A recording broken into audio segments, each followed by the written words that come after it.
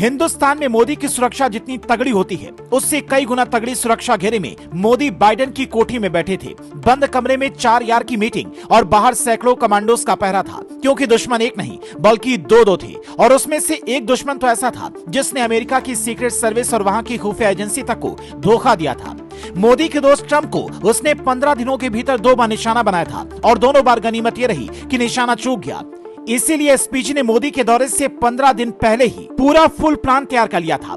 मोदी जैसे ही अमेरिकी एयरपोर्ट पर उतरे, वहां सीक्रेट सर्विस के कमांडोज ने मोदी के चारों तरफ घेरा बनाया, पर एसपीजी के 2 कमांडोज बिल्कुल मोदी के पास खड़े दिख रहे थे। यहाँ तक कि मोदी जब कार से उतरे तो एक अमेरिकी कमांडोज ने देर तक गाड़ी के आसपास देखता रहा।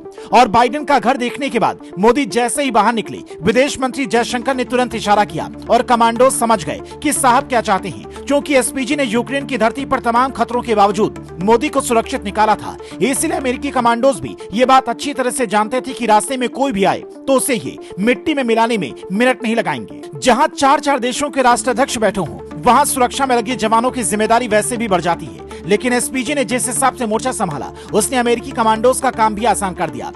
अब तक जो अमेरिकी राष्ट्रपति हिंदुस्तान आते थे तो उनके कमांडोज पहले ही यहाँ पर कोना कोना छानने लगते थे। वही काम इस बार एसपीजी कमांडो ने किया और 15 दिन पहले से ही प्लानिंग शुरू कर दी।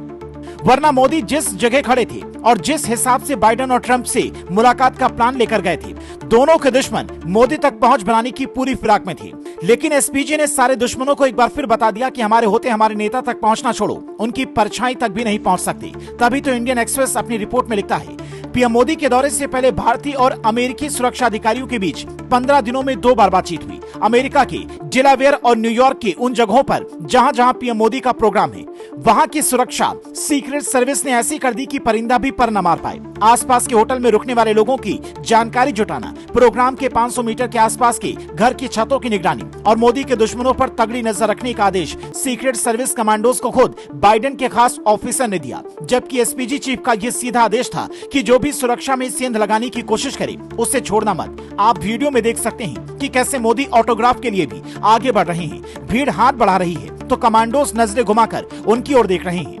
जहां भीड़ संभालने की जिम्मेदारी लोकल पुलिस की होती है, तो वहीं अमेरिका में ये जिम्मेदारी बड़े ट्रेंड कमांडोज संभाल रहे हैं। क्योंकि भारत ने जिस तरह से रूस का खोला साथ दिया है, उससे अमेरिका के कुछ लोगों में गुस्सा भी है और इन लोगों के गुस्से को बढ़ाने का काम किया है उन खालिस्तानी नेताओं ने जो मोदी को अमेरिका पहुंचने से पहले व्हाइट हाउस में मीटिंग करते हैं। और इन लोगों के गुस्से को बढ़ाने का काम किया है उन खालिस्तानी नेताओं ने जो मोदी के अमेरिका पहुंचने से पहले व्हाइट हाउस में मीटिंग करते हैं, वहां बैठकर अपनी सुरक्षा का रोना रोते हैं। क्योंकि उन्हें पता है कि मोदी अमेरिका आए तो जितनी बात रूस यूक्रेन पर होगी, जितनी बात चीन पर होगी, उतनी ही बात पन्नू जैसे लोगों को अमेरिका में शरण देने पर भी होगी और फिर ये कोई रोना नहीं रो पाएंगे।